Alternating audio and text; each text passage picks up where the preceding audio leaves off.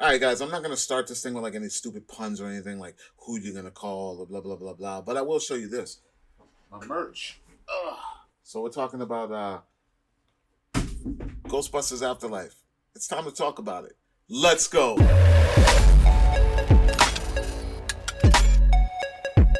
What's going on, everyone? Welcome to Klepcx FM, brought to you by WeAreCritiX.com, a place where we talk about movies, television, and pop culture. And if you're into that kind of thing, make sure you hit the subscribe key and that notification bell so you can be up to speed about everything that I talk about here. So, guys, I went to go check out Ghostbusters Afterlife. I know I'm late to the party.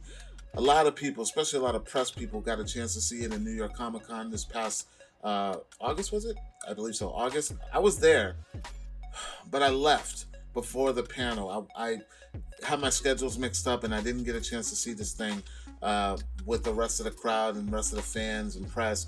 So I had to wait like everyone else. What I gotta tell you, it was kind of worth the wait. So before we get into what I think about Ghostbusters Afterlife, let's talk about what Ghostbusters Afterlife is. Ghostbusters Afterlife is a direct sequel to the 1984 Ghostbusters and what was it, 1987 Ghostbusters 2. And then jump forward to 2021, we are now getting a third installment to complete the trilogy, or set up the trilogy, I should say. And it is directed by Jason Reitman, the son of Ivan Reitman, the original director of the first film. And it was written by Dan Aykroyd and Harold Ramis at the time. Now, this one stars some new people, some new faces, some familiar faces as well. Like we have Finn Wolfhard, who a lot of us may remember from geez, it escapes me, from It. Finn Wolfhard from It. Then we have McKenna Grace, who plays Phoebe, the sister to Finn Wolfhard. Then we have Carrie Coon, who plays the mom. The mom in this. And then there's a bunch of surprises and things that come popping in. And I don't want to give any spoilers. We're not going to spoil this thing, guys, because I think that every real Ghostbuster fan deserves to go into this thing clean, with no spoilers. I'm surprised I made it this long without any spoilers, because not a lot of people are talking about it. Maybe the franchise is really that old, and not a lot of people really care as much as some of the hardcore fans from the past. But what did I think about Ghostbusters Afterlife? Let's get right into it, guys. This is the trilogy we deserved. I don't want to shit on the Ghostbusters remake with Leslie Jones and Melissa McCarthy in the bunch, because Kate McKinnon was in that as well. Thor, you guys know Thor was in that. I'm not going to shit on that because I felt like it wasn't a necessary film, and I personally, I laughed at some of it, but I didn't think it was necessary. And I just felt like they were just kind of playing with the property. They just wanted to pull the toys back out and play with the property. This one here, Afterlife, is the sequel that we deserved for this franchise. It is the completion of the trilogy. And they take such good care of this legacy. Let me tell you, by the end of this thing, if you're not tearing up or feeling some kind of way or getting emotional or holding the hand of your loved one, then maybe you just have a black soul. I don't know, but it definitely hit me.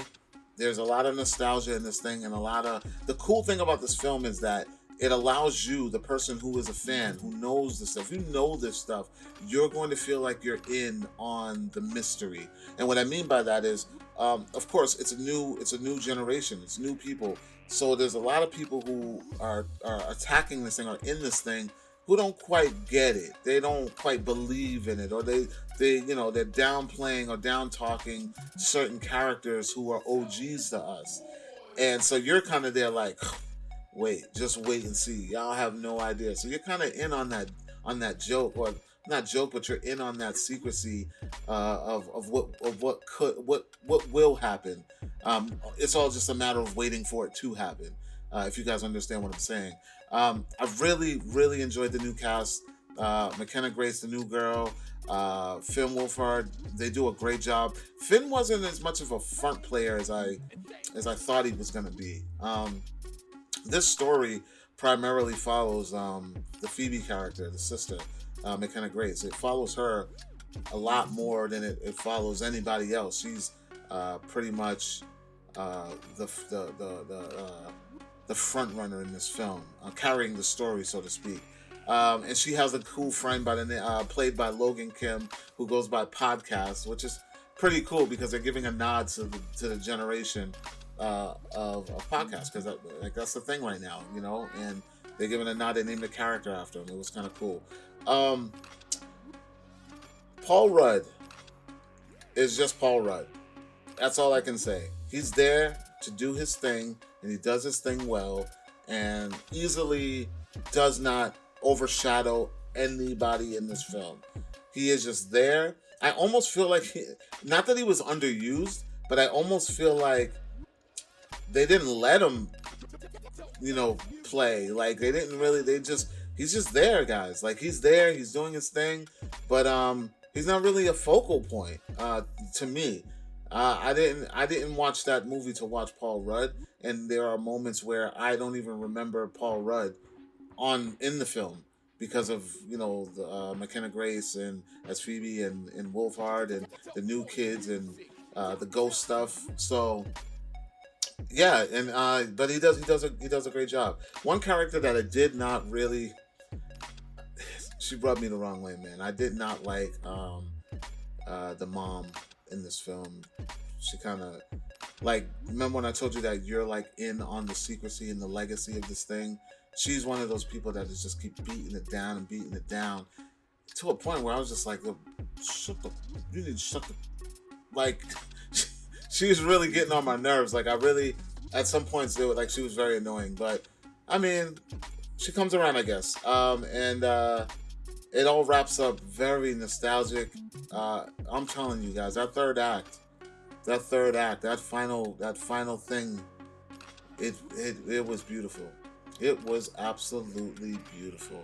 That's all I can say, guys. Like oh man, I almost wish that this movie was made, 10 years ago. Before we lost Harold Ramis, one of the original creators.